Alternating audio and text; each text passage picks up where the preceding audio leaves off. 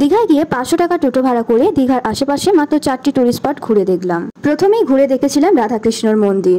প্রবেশ দ্বার দিয়ে প্রবেশ করে মূল মন্দির দেখতে পেলাম। এরপর চলে গিয়েছিলাম চন্দনেশ্বর মন্দির। এটি ছিল একটি শিব মন্দির। মন্দিরে প্রবেশের আগেই হাতে একটা কুপন ধরিয়ে দিল, 50টা টাকা নিয়ে নিল, আর এর বিনিময়ে আমরা দেবতার দর্শন করতে পারবো এবং প্রসাদ পাবো। এর বাইরে দেখতে পেলাম একটা বড় ষাঁড় ঘোরাঘুরি করছে।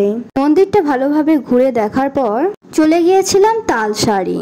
নামটা শুনে মনে হয়েছিল এখানে হয়তো অনেক তাল গাছ আছে, কিন্তু তা ছিল না, ছিল সারি সারি নৌকা।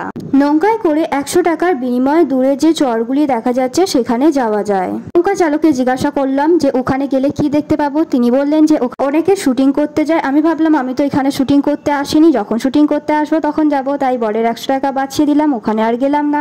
এখানে এসে আরো একটি প্রশ্ন আমাদের মাথায় ঘুরপাক খাচ্ছিল যে দূরে দ্বীপগুলি দেখা যাচ্ছে সেগুলি কিভাবে সৃষ্টি হলো, ওখানে কি জনবসতি আছে? এই সমস্ত প্রশ্নের উত্তর খোঁজার জন্য চলে গেলাম গুগল ম্যাপে।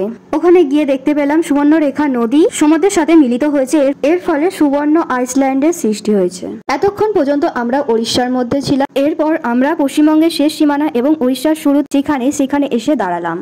এখানে এসে দেখতে পেলাম সবাই সমুদ্র দেখতে দেখতে, জল ঘাঁটতে ঘাঁটতে এবং গান শুনতে শুনতে খাবার খাচ্ছে। দেখলাম এখানেও বহু পর্যটক সমুদ্রে নেমেছে।